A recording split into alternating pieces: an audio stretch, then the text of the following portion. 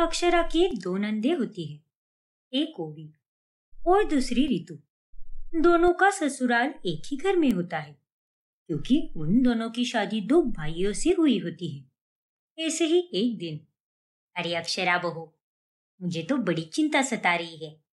अब ओवी और रितु की सास का देहांत हो गया है और जब तक वो जिंदा थी तब तक रसोई का सारा काम वही किया करती थी, लेकिन अब तो वो जा चुकी है तो उन दोनों को खाना बनाने में काफी दिक्कत आ रही होगी। हाँ माँ जी, वो तो है, लेकिन उन दोनों को अपनी सास के होते हुए खाना बनाना सीख लेना चाहिए था। वो भी दीदी की तो बेटी भी है। अब देखो, सास के जाने के बाद उन दोनों पर कितनी मुश्किल आ गई होगी। एक काम करती हूँ, मैं उन दोनों को फोन करके बता देती हूँ कि अब से सारा खाना वो यहीं से लेकर जाया करे। क्यों, सही रहेगा ना? हाँ माँ जी, और जब वो दोनों यहाँ पर आएगी तब मैं उन दोनों को खाना बनाना सिखा दूंगी। हाँ, यही सही रहेगा। वैसे भी उन दोनों का ससुराल हमारे घर के 5 मिनट की ही दूरी पर है, तो वो दोनों अपना खाना यहीं पर खा सकती है और अपने बच्चों और पति के लिए घर लेकर जा सकती है। अब दोनों ओवी और रितु सुबह से लेकर रात तक का सारा खाना मायके से ही लेकर जाती है। ऐसे ही एक सुबह, अरे अक्षरा बहू, तू तो आलू के पराठे बनाने वाली थी ना, तो ये तू क्या बना रही है? ये तो रोटी पिज्जा है। हाँ माँ जी, ये रोटी पिज्जा मैं पीहू के लिए बना रही हूँ। वो इसे टिफिन में लेकर जाएगी। चलो अच्छा है, कुछ तो पौष्टिक खाएगी मेरी नातिन। वैसे उसकी वो माँ कहाँ पर है? वो दोनों तो बाहर हॉल में बैठी हैं, शायद टीवी देख रही होंगी। क्या? फिर तेजस्वी गुस्से से बाहर हॉल में आती है। अरे नालायको, तुम्हारी भाभी वहां अकेली खाना बना रही है और तुम दोनों यहाँ पर आराम से टीवी देखने में मगन हो। हाँ तो उसमें क्या हुआ माँ? सुबह सुबह कितनी मस्त फिल्म लगी है। मैं तो कहती हूँ कि आप भी आओ, हमारे साथ बैठकर पिक्चर देखो। चुप हो जा। माना कि तुम दोनों को खाना बनाने को नहीं आता, लेकिन तुम उसे सीख तो सकती हो ना। सब्जी काटना, बर्तन धोना, कई सारे काम होते हैं जो करके तुम अक्षरा का बोझ हल्का कर सकती हो। ठीक है माँ, अब आप प्रवचन मत शुरू करो, हम जा रहे हैं रसोई में। फिर उसके बाद ओवी और रितु दोनों रसोई में जाकर अक्षरा की मदद करती है और साथ ही वो उससे खाना बनाना भी सीखती है। चलिए, हो गया सारा खाना पैक। और ये रहे दोनों नंदोई जी के डब्बे और ये पीहू का डब्बा। अरे ये क्या, हमारे पतियों के लिए सिर्फ एक एक डब्बा? नहीं नहीं, एक एक डब्बे में कुछ नहीं होने वाला। हाँ अक्षरा, शायद तुम्हें पता नहीं होगा कि हम दोनों के पति फील्ड विजिट का काम करते हैं, इसीलिए उन दोनों को बहुत भूख लगती है। हाँ अक्षरा, इसीलिए माँ जी उन दोनों को ज्यादा खाना दिया करती थी, ताकि अगर उनके किसी दोस्त ने टिफिन ना लाया हो तो वो उन्हें भी खिला सके। अब आप दोनों के लिए दो दो डब्बे पैक कर दो और हम दोनों के लिए 3 दे दो। आज तुमने इतना स्वादिष्ट खाना बनाया है, इसीलिए हमें भी एक एक्स्ट्रा डब्बा दे देना, यानी कुल मिलाकर 7 डब्बे दे दो हमें। और हाँ, 8वां डब्बा पीहू का देना। अरे, अब इस तरह से क्या देख रही हो? जल्दी दो, हमारे पास टाइम नहीं है। फिर शाम में भी 5 डब्बे तैयार करके रख देना। और हाँ, सुबह तो हमने काम कर दिया, लेकिन सब्जी काटने के लिए हम शाम को नहीं रहेंगे। हाँ अक्षरा, वो हमें थोड़ा काम है, इसीलिए खाना बनाने का सारा काम तुम ही कर लेना। ठीक है दीदी, कर लूंगी मैं। इतना कहकर वो दोनों सारे डब्बे लेकर वहां से चली जाती है। अब ऐसे ही ओवी और रितु दोनों बहनें अपने मायके से ही दिन रात का सारा खाना लेकर जाती हैं। ऐसे ही 15 दिन बीत जाते हैं। अरे ओवी, एक कप चाय मिलेगी क्या? बहुत सरदर्द हो रहा है। ठीक है यश, अभी लाती हूँ अक्षरा से बनवा कर। ओफो ओवी, बस चाय ही तो बनानी है, तो तुम उसे यहाँ पर भी बना सकती हो ना। उसके लिए तुम्हें अपने मायके जाने की क्या जरूरत है, और मुझे अच्छे से पता है कि तुम्हें चाय बनानी आती है। हाँ यश, लेकिन अब जब तुमने चाय मांगी है तो मैं सबके लिए ही लेकर आती हूँ ना। साथ में अक्षरा से थोड़ा नाश्ता भी बनवा दूंगी। तुम भी ना। फिर ओवी अपने मायके जाकर चाय के साथ नाश्ता भी पैक करवा कर लाती है। फिर शाम होने पर, हे भगवान, जो आटा 3-3 महीने जाता था वो तो एक हफ्ते में ही खत्म हो गया। अब मैं क्या करूं? अक्षरा की ये बात तेजस्वी सुन लेती है और तभी, अक्षरा बहू, तू सब्जी देख, तब तक मैं आटा पिसवा कर लाती हूँ चक्की से, क्योंकि अगर दोनों दामादों को खाना नहीं भेजा तो अच्छा नहीं लगेगा। अरे आप ये कैसी बातें कर रही हो माँ जी? आपको तो पहले से ही आंखों का प्रॉब्लम है और रात के अंधेरे में आप कहाँ पर जाओगी? आप रहने दीजिए, मैं आती हूँ आटा पिसवा कर, और तब तक आप सब्जी पर ध्यान देना। ठीक है बहू, अगर ये दोनों निकम्मी लड़कियां यहाँ पर होती तो आज तो मैं उन्हें ही भगाती आटा पिसवाने। पता नहीं दोनों कहाँ मर गई है, काम चोर कही की। अक्षरा फौरन जाकर आटा पिसवा कर लाती है। अब ऐसे ही जो राशन लंबे समय तक टिकता था वो तो अब कुछ ही दिनों में खत्म हो जाता है। फिर एक दिन अक्षरा का पति अभिजीत जब अपने दोस्त को घर पर डिनर के लिए लेकर आता है, तभी, अरे क्या हुआ अक्षरा, तुमने मुझे यहाँ अंदर क्यों बुलाया? ऐसी क्या बात करनी है तुम्हें? वो अभिजीत, खाना बनाने के लिए राशन ही नहीं है। घर का सारा राशन खत्म हो चुका है और मैं तो तुम्हें अभी फोन ही करने वाली थी कि तब तक तुम घर पर भी आ गए। ये तुम क्या बोल रही हो अक्षरा? अरे इतना खाना हमारे यहाँ पर कौन खाता है? पिछले 1 महीने में ना जाने कितनी बार हमने राशन लाया है और अब 5 दिन पहले ही तो लाया था सारा राशन। फिर एकदम से सब कुछ खत्म कैसे हो गया? अब मैं तुम्हें क्या बताऊं अभिजीत? जाने दो। अगर तुम मुझे पहले ही बताते कि तुम अपने दोस्त को लेकर आने वाले हो तो मैं खुद ही बाहर जाकर राशन लेकर आती। जाने दो अक्षरा, कोई बात नहीं। एक काम करता हूँ, सारा खाना बाहर से ही मंगवाता हूँ, क्योंकि अब यही ऑप्शन बचा है। फिर अगले दिन, ये सब क्या चल रहा है माँ? उनके घर पर रोजाना यही से खाना चाहता है। अरे एक दिन में 1 महीने जितना राशन खाने वाला घर बन चुका है हमारा, और ऐसे में ओवी दीदी और रितु दीदी को कुछ समझता नहीं क्या? उन्हें भी घर में थोड़े पैसे देने चाहिए ना, या फिर थोड़ा राशन ही लाकर देना चाहिए।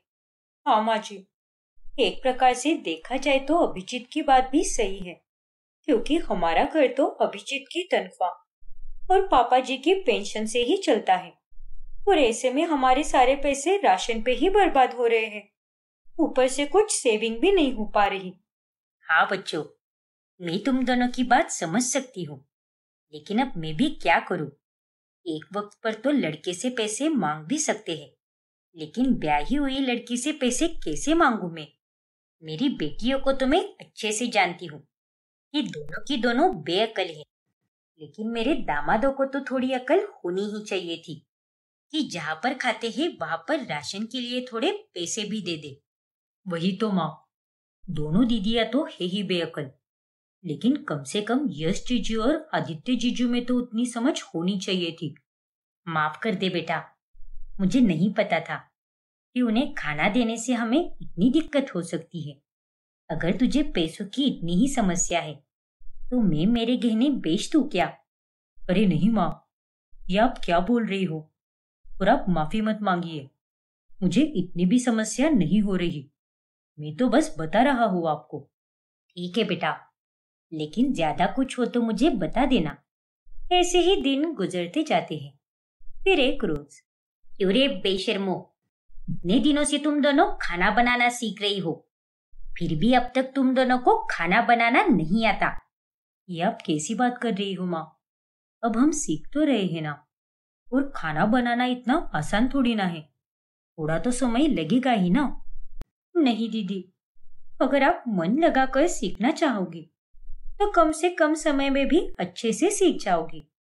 लेकिन आप दोनों तो केवल 2 दिन ही सीखने आती हो और बाकी के 2 दिन गायब रहती हो, तो इस तरह से कैसे चलेगा? चुप रहो अक्षरा, हम जानते हैं कि खाना बनाना कैसे सीखना है, इसलिए तुम हमें ज्यादा ज्ञान मत दो। बस कर रितु, ज्यादा मत बोल। अरे इसमें गलती तुम दोनों की ही है और तुम दोनों को सीखना है, ना कि इसे सीखना है। और आज से तुम दोनों ध्यान से खाना बनाना सीखोगी, समझी कि नहीं? मैं जानती हूँ माँ कि आप ये सब क्यों बोल रही हो, क्योंकि आपको अब अपनी बेटियों के लिए खाना देना बोझ लग रहा है। क्यों? सही कहा ना मैंने? क्या? हाँ माँ, ओवी ने एकदम बराबर कहा। हमारे कारण आप लोगों को बहुत दिक्कत हो रही है। अपनी ये फालतू की बकवास बंद करो। ऐसा कुछ भी नहीं है, और अगर होता ना तो पहले दिन ही मना कर देती मैं तुम दोनों को। पहले अपनी गलतियों को स्वीकारो और उसे सुधारो। यूं बेचारी बनने का नाटक तुम दोनों को शोभा नहीं देता। तेजस्वी की ये बातें सुनकर ओवी और रितु अब चुपचाप खाना बनाना सीखती है। ऐसे ही एक दिन जब सुबह सुबह यश ओवी और रितु को मायके छोड़ने आता है, तभी तो नंदई जी, कैसा लगता है आपको मेरे हाथ का खाना? बहुत ही उम्दा। अरे तुम्हारे हाथ का खाना खाकर तो बहुत मजा आता है। चलो अच्छी बात है, शुक्रिया। लेकिन अक्षरा, बस ओवी और रितु को भी सिखा दो अपनी तरह खाना बनाना, फिर तो हमें कोई दिक्कत नहीं होगी। हाँ हाँ जरूर। वैसे 2 डब्बों में खाना कम तो नहीं पड़ता ना? 2 डब्बे? लेकिन मैं तो रोज एक ही डब्बा लेकर जाता हूँ। वो मैं इन्हें एक ही डब्बे में सारा खाना पैक करके दे देती हूँ, इसीलिए ये ऐसा बोल रहे हैं। चलो यश, अब तुम जाओ, नहीं तो तुम्हें देर हो जाएगी। ठीक है ओवी, मैं निकलता हूँ। बाय। बाय अक्षरा। बाय नंदोई जी। ऐसे ही एक रोज जब अक्षरा और तेजस्वी दोनों बाजार गई होती है, तभी अरे ये आप क्या कह रही हो बहन जी? ऐसा हो ही नहीं सकता। लेकिन क्यों नहीं हो सकता? आपकी दोनों बेटियों ने टिफिन सर्विस शुरू की है, और हमारे पड़ोस में जो बैचलर आदमी रहता है ना, उन्होंने उनके पास ही डब्बा लगाया है। एक दिन तो मैंने भी चक्कर देखा, क्या लजीज खाना बनाया था उन्होंने। लेकिन उन दोनों को तो खाना बनाना आता ही नहीं। अरे तुम मजाक कर रही हो क्या? और मैं भी सोच रही हूँ कि किसी दिन उनका डब्बा मैं भी ले लूं। बहुत ही कमाल के पकवान होते हैं उनके। इतना कहकर वो औरत वहां से चली जाती है। हे भगवान, ये औरत क्या कह रही थी? इसका मतलब ये है कि रितु और ओवी दीदी हमारे यहाँ से टिफिन लेकर आगे दूसरों को दे देती है, और उसके वो पैसे भी लेती है। ये उन दोनों ने बहुत गलत किया है। अब मैं उन्हें नहीं छोड़ूंगी। अब ओजस्वी फौरन रितु और ओवी को घर पर बुलाती है, और वो उन दोनों की खबर लेने लगती है। नहीं माँ, ये सब सरासर झूठ है। अरे चुप रहो तुम दोनों, खाओ मेरी कसम, और कहो कि ये झूठ है। बोलो। माफ करना माँ, लेकिन हाँ, ये सच है कि हमने टिफिन सर्विस शुरू की है, क्योंकि घर बैठे बैठे पैसे कमाने का ये सबसे अच्छा जरिया था, और इसीलिए हमने ये सब किया। और माँ, हमारे पतियों ने भी हमें पैसे दिए थे और कहा कि वो पैसे आपको दे दे, क्योंकि हमारे घर से राशन जा रहा था। लेकिन वो पैसे भी हमने खुद के पास ही रख लिए, और आपको उसका पता भी नहीं चलने दिया। और हमारे पतियों को हमारी इस काली करतूत के बारे में कुछ भी नहीं पता। अरे मूर्ख लड़कियों, क्या कमी रखी थी हमने? और इतनी भी क्या मुसीबत आ पड़ी थी तुम दोनों पर, जो पैसे कमाने के लिए तुम्हें ये जरिया दिखा? अरे तुम दोनों के पति कितना अच्छा कमाते हैं, और तुम्हें जो चाहिए वो सब दिलाते हैं, फिर भी इतना लालच। छी, ये आप दोनों ने बहुत गलत किया है दीदी। और नहीं तो क्या, इधर ये बेचारी दिन रात मेहनत करके कितना खाना बनाती थी। अरे तुम्हारी वजह से घर का राशन भी बर्बाद होता था, और बेचारा मेरा अभिजीत इतनी मेहनत करके सारे खर्चे उठाता था, और हमारे बारे में तुम्हें जरा भी ख्याल नहीं आया। अरे इतनी निर्दयी तुम दोनों कैसे हो सकती हो? हमसे भूल हो गई माँ, हमें माफ कर दो। हाँ माँ, प्लीज हमें माफ कर दो। अब हम दोनों आपको सुधर कर दिखाएंगे। नहीं, ये जो कुछ भी तुम दोनों ने किया है उसके लिए मैं तुम दोनों को कभी माफ नहीं करूंगी और ना ही तुम्हें सुधरने का कोई मौका दूंगी, क्योंकि मैं तुम्हें अच्छे से जानती हूँ कि तुम दोनों कितनी निर्लज्ज हो और कभी नहीं सुधरने वाली। और अब तो मैं तुम्हारी ये काली करतूत तुम्हारे पतियों को भी बताऊंगी, जरा उन्हें भी तो पता चले कि उनकी बीवियां क्या गुल खिला रही है। फिर उस दिन के बाद से तेजस्वी उन दोनों से बातचीत करना बंद कर देती है और दोनों बेटियां अपनी गलती के लिए पछताती रहती है। देखिए मधु बहन, आपकी दोनों बेटियां बैंक में सरकारी नौकरी करती है, लेकिन मेरे बेटे तो प्राइवेट कंपनी में काम करते हैं। कहीं आपको इस बात से कोई दिक्कत तो नहीं है ना? अरे नहीं अश्विनी बहन, ऐसा कुछ भी नहीं है, क्योंकि मेरी दोनों बेटियों ने और आपके दोनों बेटों ने एक दूसरे को पसंद कर लिया है और वो लोग इस रिश्ते से बहुत खुश हैं। और अगर उन दोनों को ही कोई एतराज नहीं है तो मुझे क्यों होगा? ये तो बहुत अच्छी बात है कि उन दोनों ने मेरे बेटे को पसंद कर लिया है। अब तो कोई दिक्कत वाली बात है ही नहीं। लेकिन बस एक बात है जो मैं आपको शादी होने से पहले ही बताना चाहती हूँ। जी बताइए ना मधु जी। मेरी बेटियां नौकरी करती हैं, इसीलिए वो घर के सारे काम नहीं कर पाएंगी और इसीलिए आपको घर में नौकरानी रखनी पड़ेगी। क्या? हाँ अश्विनी जी, अब आप ही देखिए और बताइए मुझे। जी ठीक है। अश्विनी थोड़ी सी परेशान हो जाती है और फिर घर जाकर, क्या? हाँ संभव, प्रिया और नंदिनी घर में काम नहीं करेगी और इसीलिए घर में नौकरानी रखनी होगी। हाँ तो इसमें गलत क्या है माँ? दिन भर नौकरी पर जाना होता है तो वो काम कब करेगी? इसीलिए नौकरानी तो रखनी ही होगी ना।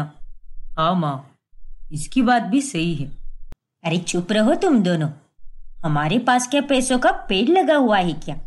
अगर नौकरानी दिन भर घर पे काम करेगी तो वो उतने ही ज्यादा पैसे भी लेगी और उसके पैसे कौन देगा? अरे तो दे देंगे ना उसे पैसे माँ। हाँ माँ, अब प्रिया और नंदिनी के आने के बाद वो दोनों भी तो थोड़े बहुत पैसे दिया करेंगे ना, और हम दोनों भी नौकरी करते हैं, सब एक साथ मिलकर संभाल लेंगे ना। खामोखा आप इतनी चिंता क्यों कर रही हो? अगर बहुएं भी पैसे देंगी तो ठीक है, हो जाएगा सब कुछ। बस मुझे कोई अच्छी सी नौकरानी ढूंढनी होगी जो घर के सारे काम करती हो। अब अश्विनी नौकरानी रखने के लिए मान जाती है और फिर प्रिया और पुलकित और संभव नंदिनी की शादी हो जाती है। फिर शादी के बाद एक रोज, अरे क्या बात है अश्विनी, वैसे तो तुम्हारे चेहरे पर हमेशा 12 बजे हुए रहते हैं, लेकिन आज बड़ा तेरा चेहरा खिल रहा है। लगता है ये चमत्कार तेरी नई बहुओं के आने के कारण हुआ है। हाँ मनोरमा, तू एकदम सही समझी। अरे वाह, मैं तो गाँव गई थी इसीलिए शादी में नहीं आ पाई। अच्छा हुआ जो तू नहीं आई, वरना तू तो अपनी बुरी नजर लगा देती। क्या कहा?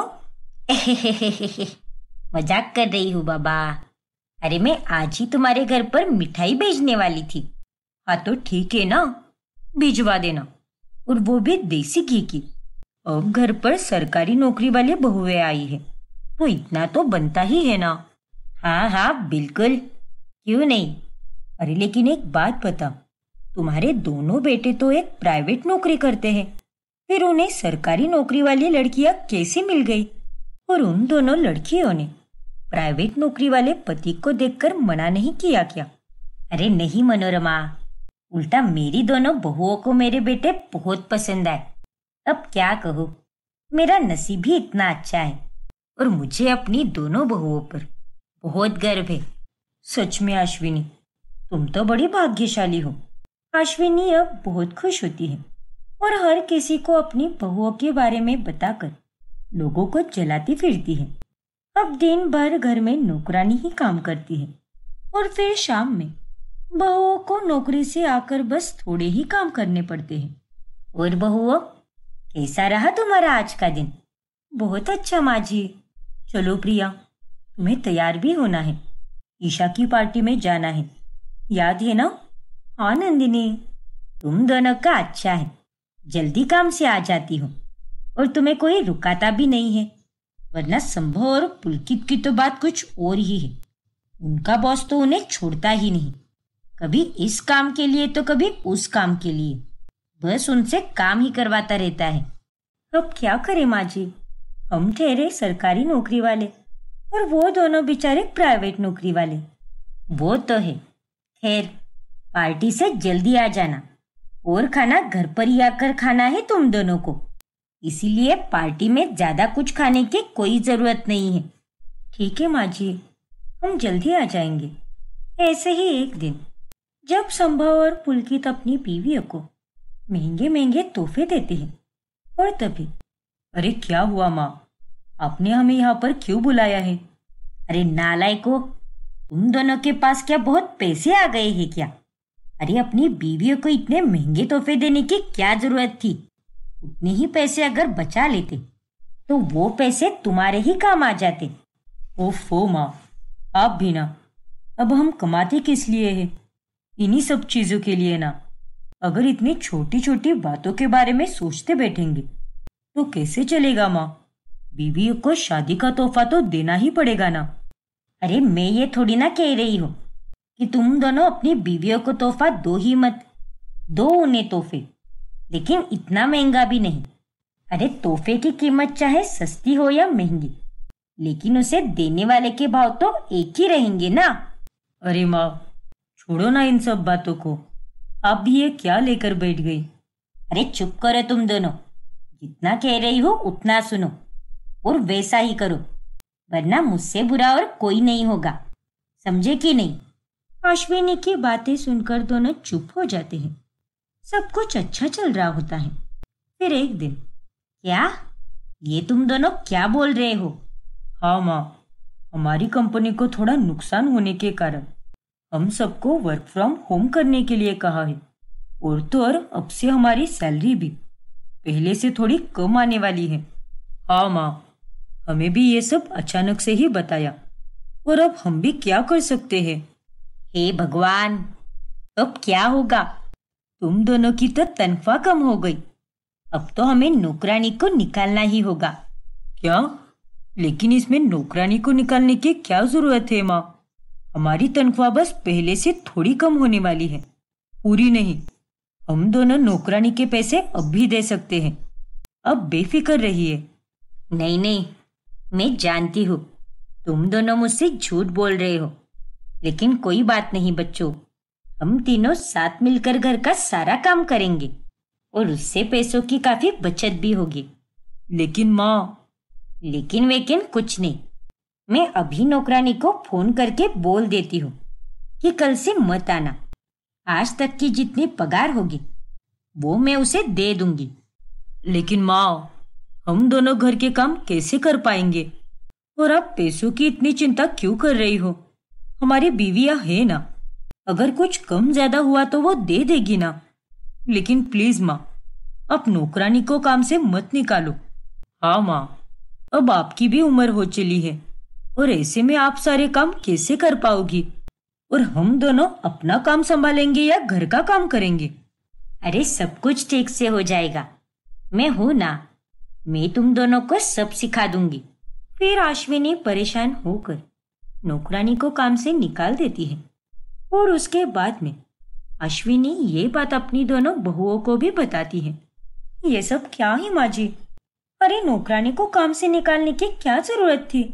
अगर हमारे पतियों की तनख्वाह पहले से कम हो रही है तो आप ये भी देखिए ना कि उनके आने जाने में लगने वाले पेट्रोल पानी का खर्चा भी तो बच रहा है।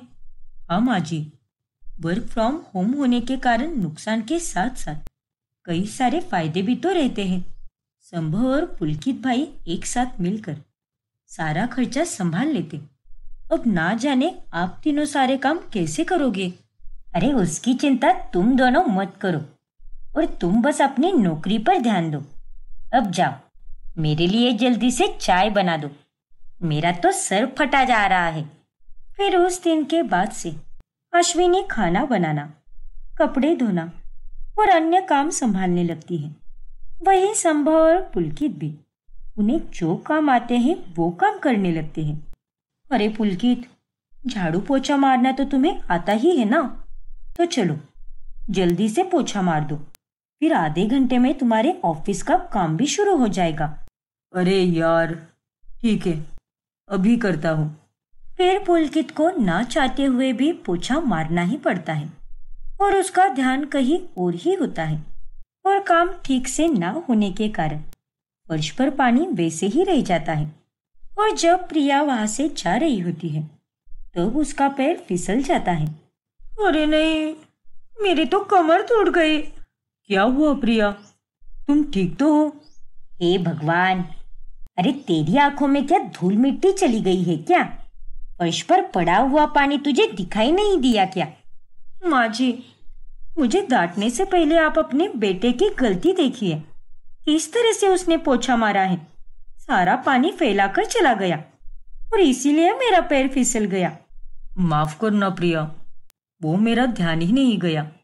अब ये काम थोड़ी ना मैं रोज रोज करता हूँ, पहली बार ही किया है ना, इसीलिए थोड़ा समझ कर लो ना।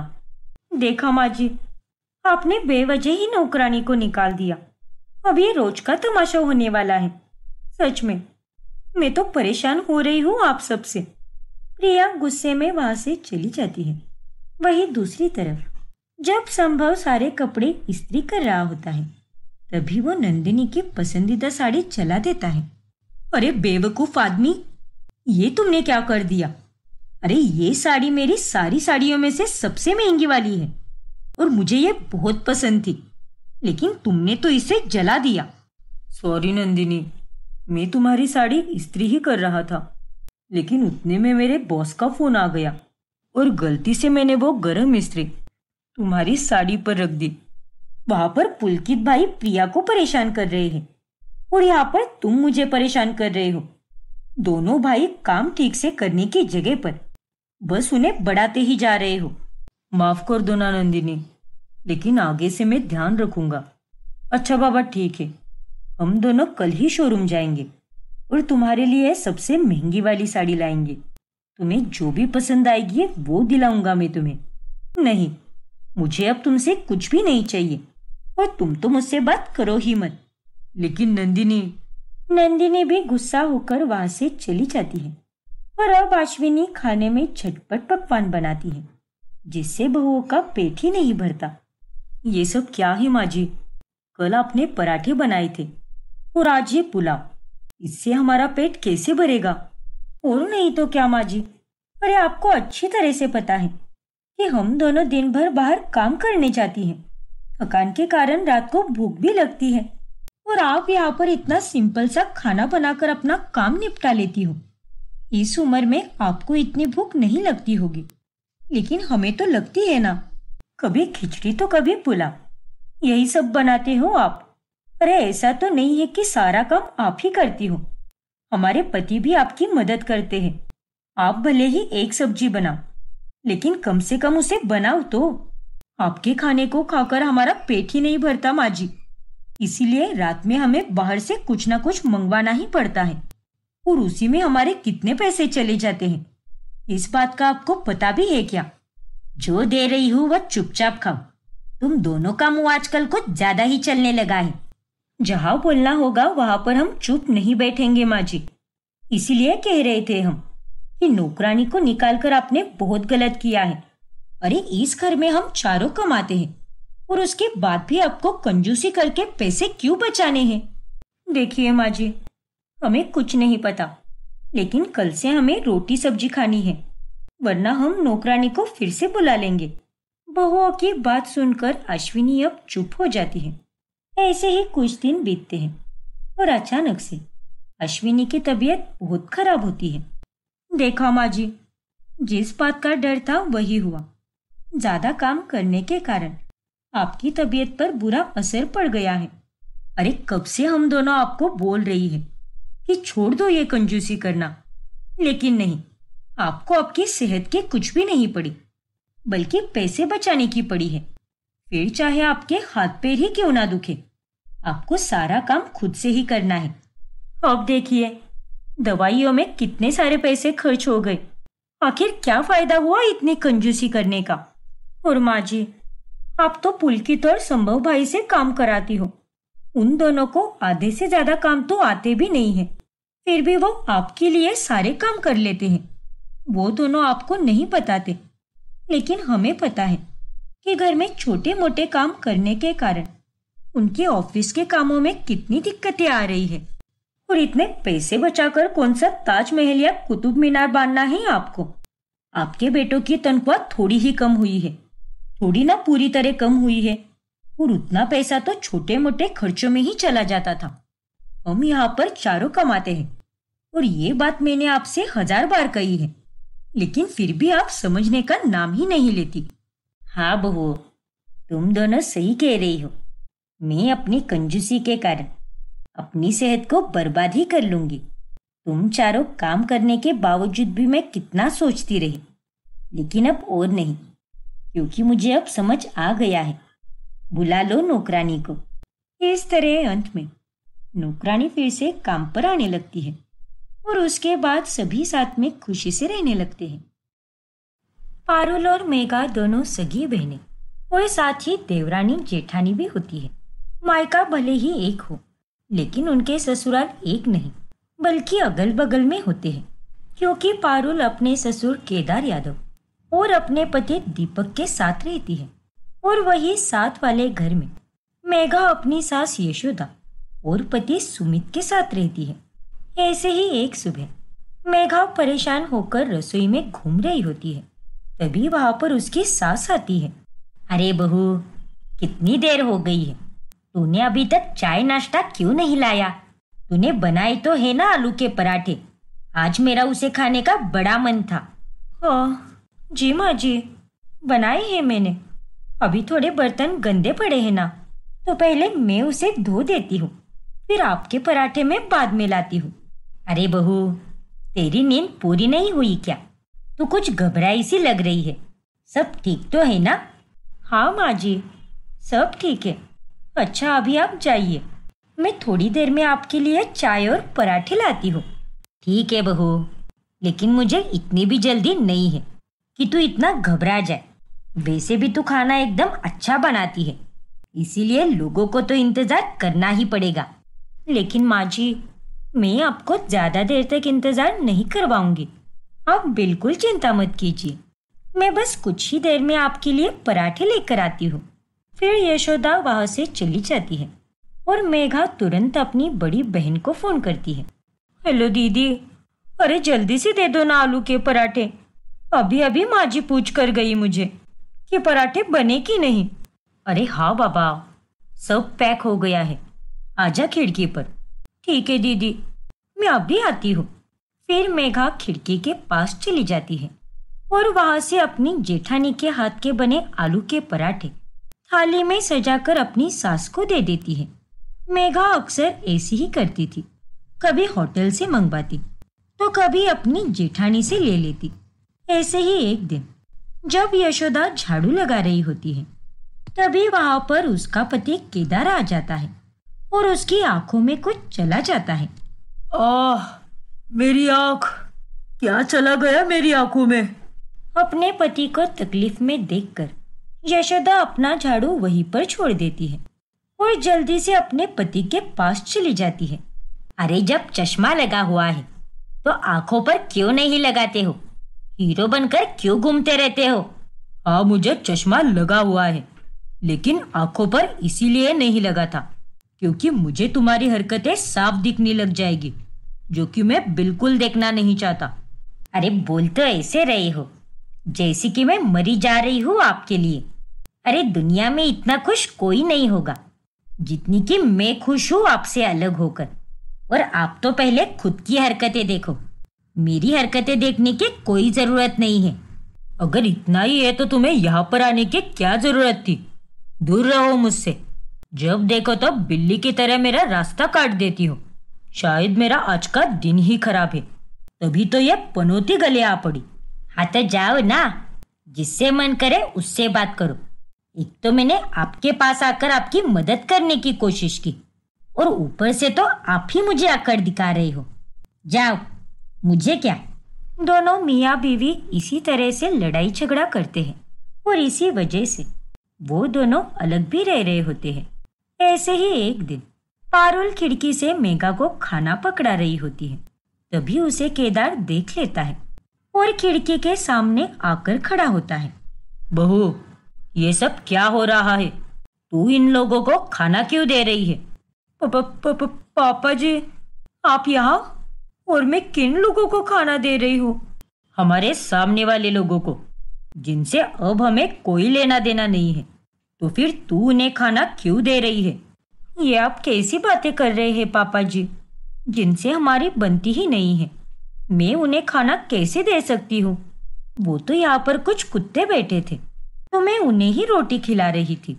शायद आपको देखकर वो भाग गए होंगे। कुत्तों को दे रही हो तो ठीक है, लेकिन उन लोगों से तो दूर ही रहना। ठीक है पापा जी। सास ससुर की दुश्मनी की वजह से देवरानी और जेठानी आपस में खुलकर मिल भी नहीं पाती। फिर एक दिन मेघा एक थाली में आलू और शिमला मिर्च की सब्जी और रोटी लेकर अपने सास को देती है। लेकिन खाना देखकर यशोदा हैरान रह जाती है। अरे बहू, हमारे घर में तो शिमला मिर्च है ही नहीं, और कल रात तो मैंने राजमा भिगोए थे, तो तूने वो क्यों नहीं बनाया? और ये शिमला मिर्च कहाँ से आई घर में? अरे माँ जी, मैं भी कल रात को बाजार गई थी और आते समय शिमला मिर्च लेकर आई, लेकिन घर आकर देखा तो शिमला मिर्च थोड़ी थोड़ी खराब होने लगी थी। इसीलिए मैंने उसे आज ही बना दिया, क्योंकि अगर उसे वापस रख लेती तो वो पूरी तरह खराब हो जाती। और पड़ोस वाली आंटी मुझे पूछने आई थी तो मैंने उन्हें भिगोए हुए राजमा दे दिए। लेकिन बहू, मुझे एक बात बता, वो जो तेरी बहन मेरे पति के घर में रह रही है, उसने भी आज आलू शिमला मिर्च की सब्जी बनाई है, क्योंकि मैंने उसे रसोई से देखा था। अच्छा, ये तो इत्तेफाक हो गया माँ जी। खैर, वो लोग कुछ भी बनाए, हमें उनसे क्या लेना देना है? हाँ बहू, वो तो है, हमें उनसे क्या लेना देना। वैसे मैंने बहू तो एकदम सर्वगुण संपन्न ही ढूंढी है, जो तुझे इतना अच्छा खाना बनाना आता है। इसे खाकर तो मेरा मन पूरी तरह खुश हो जाता है। यशोदा को अपनी छोटी बहू पर बहुत गुमान होता है, लेकिन उसे ये पता नहीं था कि उसकी छोटी बहू को कुछ खाना बनाना आता ही नहीं। ऐसे ही एक दिन यशोदा की सहेलियां रेनू और गुंजा उसके घर आती है और तभी मेघा सबके लिए अलग अलग तरह के पकोड़े लेकर आती है, जो कि सबको बहुत पसंद आते हैं। अरे वाह यशोदा, मानना पड़ेगा, तेरी बहू तो वाकई में बहुत गुणी है। कितने अच्छे पकोड़े बनाए हैं तेरी बहू ने। हाँ, ये बात तो है, मेरी बहू खाना तो बहुत अच्छा बनाती है। इससे तुम लोग कुछ भी बनवा लो, सब कुछ एकदम बढ़िया ही बनाती है। ऐसी बहू पाकर तो मेरी आगे की जिंदगी पूरी तरह संवर गई है। वैसे यशोदा, मैं पकोड़े ज्यादा नहीं खाती, तो तू अपनी बहू से बोलकर मेरे लिए कोफ्ते बनवा लेना। हाँ यशोदा, कोफ्ते तो मुझे भी बहुत पसंद है। हाँ हाँ, क्यों नहीं। अरे मेघा बहू, सबके लिए कोफ्ते बना दे। हे भगवान, अब मैं क्या करूं? दीदी तो पकोड़े बनाकर मार्केट चली गई और मुझे तो कुछ आता भी नहीं है। अरे क्या हुआ बहू, तू ऐसे चुप क्यों खड़ी है? सबके लिए कोफ्ते बना देना। माफ करना माँ जी, लेकिन वो क्या है ना, मुझे थोड़ी कमजोरी सी लग रही है, और जब मैं पकोड़े बना रही थी तभी मुझे थोड़े चक्कर आ रहे थे। इसीलिए मैं आप सबके लिए किसी और दिन कोफ्ते बना दूंगी, और फिलहाल के लिए तो आप ये पकोड़े ही खाइए, क्योंकि मैं थोड़ा आराम करना चाहती हूँ। इतना बोलकर मेघा तुरंत वहां से चली जाती है। फिर कुछ दिनों बाद यशोदा बाजार से भारी थैला ला रही होती है। तभी केदार उसे देखकर उसके हाथ से वह थैला ले लेता है। जब घुटनों में इतना दर्द होता है तो क्या जरूरत है इतना भारी सामान उठाने की? घर में बेटे बहू दोनों हैं, लेकिन खुद ही सब कुछ करना है। अब जल्दी से घर चलो। अरे जब घर में सब अपने काम में ही व्यस्त रहते हैं तो किसी को तो बाजार जाना ही पड़ेगा ना। और अब आप ऐसे फिक्र क्यों दिखा रहे हो, जैसे कि आपको मेरी चिंता हो? इतनी चिंता तो आपने पहले कभी नहीं दिखाई। तो फिर अब ये नाटक करने की क्या जरूरत है? ढोंगी कहीं के। अरे जो गंदगी तुम्हारे दिमाग में भरी है ना, वो कभी नहीं निकल सकती, फिर चाहे कुछ भी हो जाए। अरे तो फिर इस गंदगी की मदद करने आप क्यों आए हो? मैंने कहा था क्या आपको मेरी मदद करने के लिए? अरे तुम तो छुप ही रहो। एक बार मैं तुम्हें घर छोड़ देता हूँ, फिर मैं यहाँ से चला जाऊंगा। जितनी भी देर तुम मेरे साथ रहती हो उतनी देर में तो मेरा बीपी ही बढ़ जाता है। फिर केदार यशोदा को घर छोड़कर वहां से वापस अपने घर चला जाता है। ऐसे ही कुछ दिन बीतते हैं। फिर एक दिन देवरानी जेठानी और दोनों भाई भाई एक कैफे में मिलते हैं, जहां मेघा कहती है, पता नहीं हमारी जिंदगी आखिर ऐसी क्यों है। माँ जी और पापा जी अगर एक साथ रहते तो सब कुछ कितना अच्छा होता। माँ और पापा तो दूर से ही सुखी रहते हैं, लेकिन पास में वो दोनों खुश कभी नहीं रह सकते। पापा भी माँ पर बहुत रोक टोक लगाते थे, तो फिर इन हालात में माँ अलग नहीं रहती तो क्या करती? अरे हमने तो खुद देखा है, जब माँ किसी से थोड़ी देर भी बात कर लेती तो पापा उनसे कितना गुस्सा हो जाते। और माँ भी कोई कम थोड़ी ना थी, वो भी पापा के साथ ऐसे ही गुस्से से बात करती थी। अरे वो सब तो ठीक है, लेकिन उन दोनों की वजह से हमें कितनी परेशानी हो रही है, वो भी तो देखो ना। और नहीं तो क्या, मुझे तो खाना बनाना भी नहीं आता, इसीलिए बार बार दीदी की मदद लेनी पड़ती है। खैर, इन सब का तो हम कुछ नहीं कर सकते। अब चलो घर चलते हैं, वरना पता नहीं वो लोग क्या सोचेंगे। हाँ मेघा, तुमने सही कहा। और वैसे भी माँ ने हम चारों को आज एक ही समय पर बाहर जाते हुए भी देख लिया है, इसीलिए हमें अलग अलग टाइम पर घर जाना होगा। इससे उन्हें कोई शक भी नहीं होगा। ऐसे ही एक दिन पारुल की तबीयत बहुत खराब हो जाती है, जिस वजह से मेघा भी बहुत परेशान होती है। हे भगवान, दीदी की तो तबीयत खराब हो गई है और मैं बाहर से भी खाना नहीं मंगवा सकती, क्योंकि माँ जी को उसका टेस्ट पता चल जाएगा और बाहर का खाना कुछ ज्यादा अच्छा भी नहीं होता। और मुझे भी खाना बनाना बिल्कुल नहीं आता, तो अब मैं क्या करूँ? यही सोचते सोचते मेघा अपने बिस्तर पर लेट जाती है। तभी वहां पर यशोदा आती है और वो उसे देखकर हैरान रह जाती है। अरे बहू, क्या हुआ तुझे? माँ जी, मेरी तबीयत कुछ ठीक नहीं लग रही। सुबह से ही ऐसे हो रहा है, पूरे शरीर में दर्द भरा पड़ा है। क्या तेरी भी तबीयत खराब है? अभी अभी मुझे एक पड़ोसन बता रही थी कि तेरी जेठानी की भी तबीयत खराब हो चुकी है और उसके भी पूरे शरीर में दर्द हो रहा है। क्या माँ जी, आप भी? आपको तो मेरी फिक्र होनी चाहिए ना, तो फिर आप मेरी जेठानी की चिंता क्यों कर रही हो? अरे बहू, मैं तो बस तुझे बता रही हूँ कि तुम दोनों को सब साथ में ही होता है क्या। मैंने कई बार देखा है, पड़ोसन ने भी कई बार बताया है कि जो हमारे घर में बनता है वही सब्जी और रोटी उनके भी घर में बनती है। और आज तो तुम दोनों की भी तबीयत साथ में ही खराब हो गई है। अब ये कौन सा नाटक है? तुम दोनों कोई जुड़वा बहनें तो बिल्कुल नहीं हो, तो फिर ये कैसे हो सकता है? अरे क्या माँ जी, आप भी कुछ भी सोचती रहती हो। ऐसा कुछ भी नहीं है। और मुझे कैसे पता चलेगा कि उनके घर में क्या बन रहा है? ये तो मौसम की बात है ना। जिस मौसम में जो सब्जी आती है वही इत्तेफाक से दोनों के भी घर में बनती है। और बाकी शरीर पर किसका जोर चला है और मौसम भी कितना खराब हो रखा है। हर दिन कोई दूसरा आदमी बीमार पड़ रहा है। तभी वहां पर मेघा का पति आता है। और नहीं तो क्या माँ, और हद होती है। हम जानते हैं कि आपको पापा से परेशानी है, लेकिन अब तो आप हम पे भी शक करने लगी हो। अरे थोड़ा तो भरोसा रखो ना। सुमित की बातें सुनकर यशोदा उससे कुछ नहीं कहती। ऐसे ही एक शाम जब पारुल मेघा को खिड़की से खाना दे रही होती है, तभी उसे यशोदा देख लेती है और वो तुरंत मेघा के पास आती है। ये सब क्या है बहू? तू अपनी बहन से खाना लेती है? अब तू चल, मैं तो तुम दोनों को एक साथ में ही समझा दूंगी। फिर यशोदा मेघा को लेकर केदार के घर चली जाती है और वहां पर सभी लोग इकट्ठा हो जाते हैं। अरे तुम दोनों खुद को समझते क्या हो? जब हम दोनों पति पत्नी का ही आपस में कोई व्यवहार नहीं है तो घर में खाने की लेन देन किससे पूछ के करती हो? पर पारुल बहू, तेरे ससुर ने तुझे कुछ सिखाया नहीं क्या? अरे तुम मेरे ऊपर क्यों आ रही हो? मुझसे पूछकर खाना देती है क्या ये? और पहले अपने गिरेबान में झांक कर देखो, अपनी बहू को खाना बनाना सिखाओ। अगर आज इसे खाना बनाना आ जाता तो आज ये नौबत ही नहीं आती। और तुम ऐसे बिना पूछे क्यों आई हो मेरे घर पे?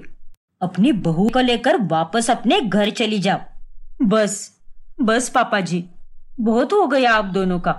अरे एक दूसरे की पूरी खबर रखते हो, तबीयत खराब होने पर चिंता भी जताते हो।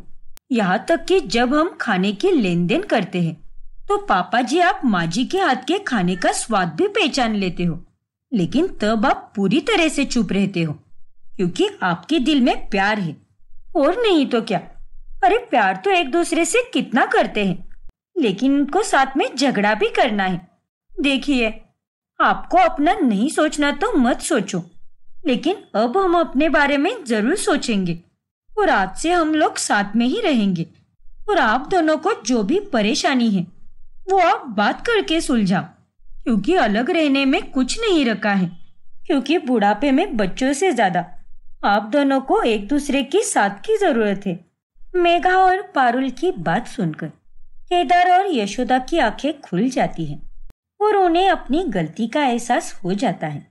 और उस दिन के बाद से वो सभी लोग साथ मिलकर रहते हैं।